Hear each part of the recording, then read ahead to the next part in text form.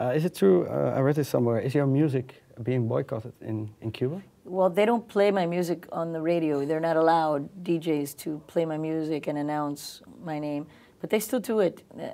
They still play it in the hotels. The people still hear it. They send it to each other. They share CDs, and or, you know, they know me very well there. Yeah, I was wondering, do you have in some way contact with your Cuban friends?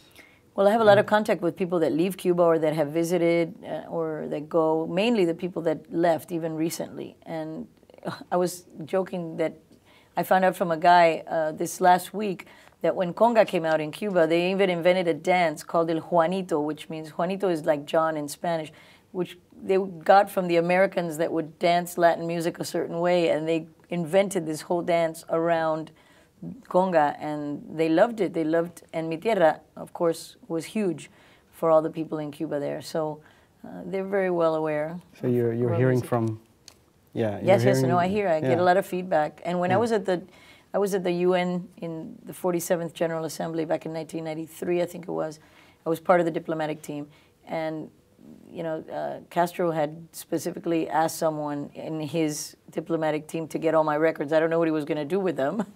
If he was going to listen to them backwards to see if there were any messages, which they're not. I wish I would have done it. Like you put on conga and you hear, "Go beat up Fidel with a pair of maracas," something like that. I don't know. But, it was, but he definitely knew of me, that's for sure. Okay, okay.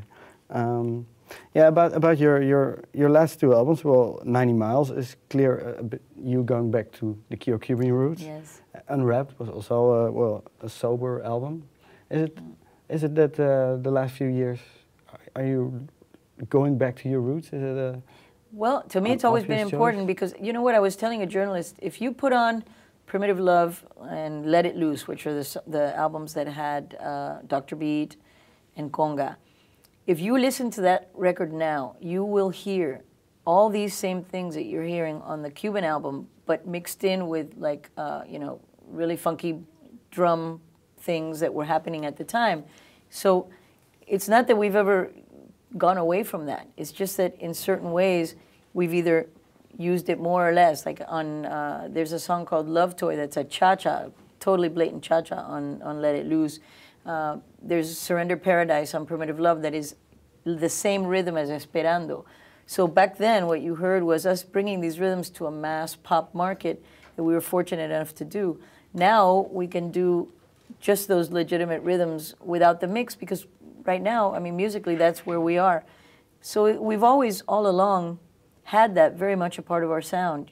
Rhythm is Gonna Get You is you know, like totally Afro-Cuban percussion around a funk bass line and, you know, 2/4 beat. So now I focus more, you know, because I'm more adult and it's a different time, but it's still there. It's always been there from day one. And you had an, well, you were on the base of the success of Jennifer Lopez and all the new generation. Well, it was nice to somehow push the door open a little more. You know, the two men that are on my first single on No Llores, which are Feliciano and Santana, they opened that door worldwide for our sound before. Santana mixing it with rock element, and Feliciano doing, you know, Light My Fire, he had more bluesy and jazzy sound and the bolero sound. So each in their own right, but they definitely pushed that door open before we did. So maybe we pushed it a little more. Okay. And each one opens it a little more, like Shakira, Jennifer Lopez, you know, Ricky Martin. Yeah. They've all helped as well. Thank you very much. Thank you. Thank you. My pleasure. Thank you very much.